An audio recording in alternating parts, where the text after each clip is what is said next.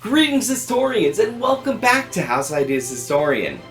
As you may know, Ironheart is coming to the MCU. Disney announced that they will be making an Ironheart show for the Disney Plus platform. Now, you may know that Ironheart is coming to the MCU, but do you know who Ironheart is? Do you know the intricacies of this character and what makes her so great? Well, if you don't, you're in the right place, because I'm about to tell you everything that you need to know to prepare for the Ironheart show, and everything you need to know about this wonderful character. Also, stick around at the end of the video, because I'm going to be revealing who won the 100 subscriber giveaway, so keep an eye out for that at the end of this video. But for now, let's talk about Ironheart. Ironheart is a very exciting character. Tony Stark is the leading authority when it comes to making, producing, fabricating, designing, pretty much anything and everything when it comes to power armor. That being said, Riri is no slouch. Riri Williams found an old Iron Man suit, deconstructed it, reverse engineered the technology, and built her own suit of armor. This alone should be impressive enough, but the real kicker is, she did it in her dorm room at MIT. Oh, and did I forget to mention that she's only 15 years old? Riri is a genius. There's no question about it. Created by Brian Michael Bendis, same man who gave us Miles Morales, we meet Riri in Invincible Iron Man Volume 3, issue number 7. But we heard about her a little bit earlier on if you just knew what you were looking for. Riri might be smart, yes, but her first suit, it had its flaws, and it took some practice to get the whole thing right. But she was able to push through and become a very accomplished hero in her own right. She participated in both the Second Civil War, and she joined up with the Champions against the Supreme Leader Rogers and Hydra in Secret Empire. Tony Stark recognized her great potential and wanted to help Riri on her path. Stark took her on and mentored her and supplied her with tech to help her with her suit. Stark was very impressed with her and her hardware, but her suit was lacking a very key component. She had no AI assistant to help run the armor. You see, as the Iron Man suits got more and more advanced, running the suit became too complicated for one man to do alone. Stark had an AI assistant to help with this for years. Think Jarvis in the movies before he turned into Vision. Stark recognized that she was running into the same issue. Her suit was great, but it really did need an AI. Unfortunately, he was unable to supply her with one. Quoting the price it would cost him would be astronomical and just unable to pull off at this time. But it became clear that he was hard at work at something else the entire time.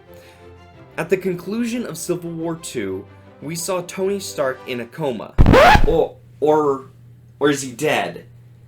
See, later books say that he died, but it's very clear at the end of Civil War II that he's in a coma. And in the entirety of the Invincible Iron Man volume number 4, he's in a coma.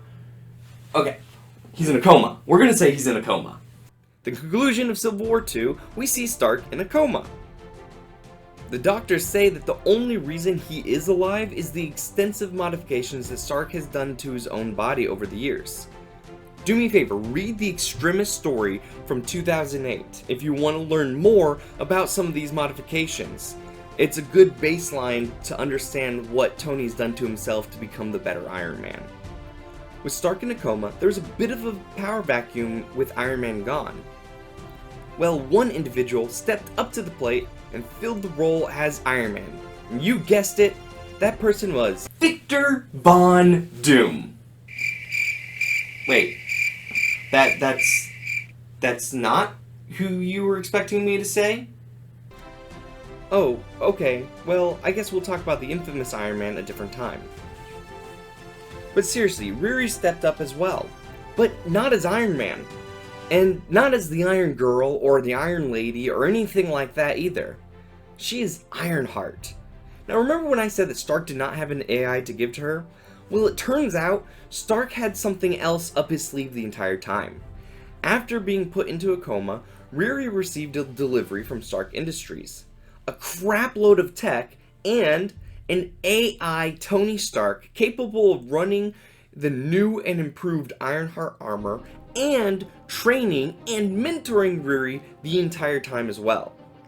In Stark's absence, Riri did very well for herself. She proved to be a very competent superhero and even became the Queen of Latveria.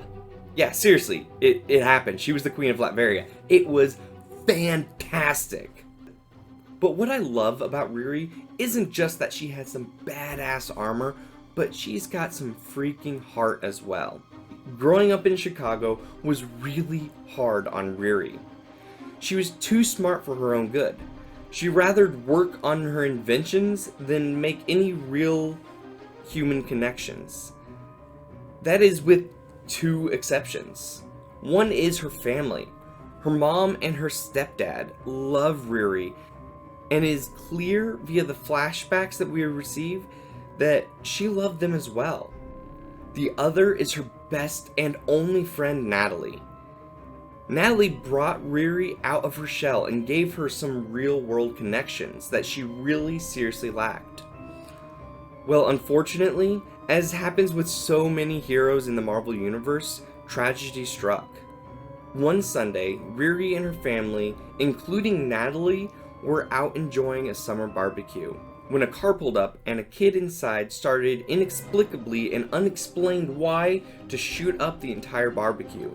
Many people got hurt, and at least 2 people died. Natalie and Riri's stepfather. This loss hurt Riri. She closed herself off from the world. From here, she buried herself in her work.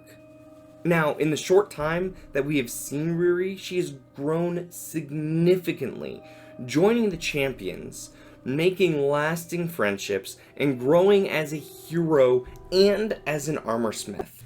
Riri's story's not over. There's so much more that Marvel can talk about this character, and I really hope they do. She's done a lot of great stuff with the champions, and I'm very excited to see what Disney Plus gives us about this amazing character. Now, the video's not over. Hold on, because I'm about to reveal to you who is the winner of the 100th subscriber giveaway. Alright guys, as you can see, we're right here for the official 100 subscriber giveaway. I have these 7 subscribers that officially entered the competition. Because I love D&D, I've decided that we're going to be rolling a dice for whoever is the winner. Now, there's not a 7-sided dice, so I will be using a D8. If an 8 is rolled, I will re-roll and choose a new winner. So, let's go ahead and get that going.